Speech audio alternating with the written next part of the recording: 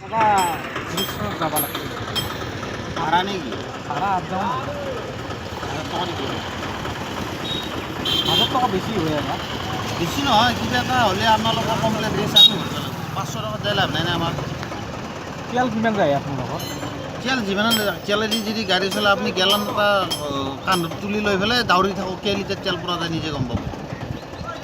গম পাইছি আপুনি তেলৰ অংকত আমি গাড়ী নচলাওঁতো তেলৰ যদি ইমান অংক কৰি ভাড়া আপুনি কৰিব খুজিছে আপুনি তেল এটা গেলানত 2 লিটাৰ ভৰাই লওক কান্ধত ভৰাই লৈ অকল তেলেদি যদি যায় বুলি ভাবছি আপুনি তেলখিনি লৈ দাউৰি থাকক যাই পাব গড়েশ্বৰ গম পাইছি হয় নেকি অঁ আপুনি তাৰমানে নাযায় মই নলওঁ 50 টকা দিম বেছিকৈ যাব কি হ'ল 50 850 টকা দিম 900 লাগিব কাৰণ কিবা এটা হ'লে কমপ্লেইন মই দিব কাগজৰ নামত আমাৰ দিনত বোলে 170 টকা যায় মোৰ হাজিৰা থাকিব মোৰ হাজিৰা 250 এইফালে 170 টকা কিমান হ'ল আৰু গাড়ীখনৰ নামত থাকিব লাগিব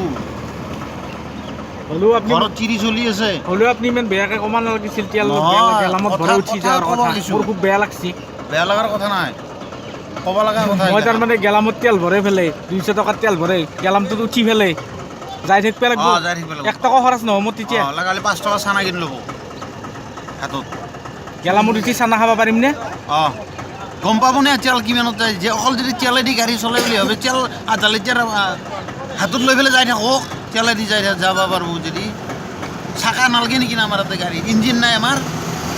ড্ৰাইভাৰ নালগে এনে যাই থাকোঁ গাড়ীখন তেলেদি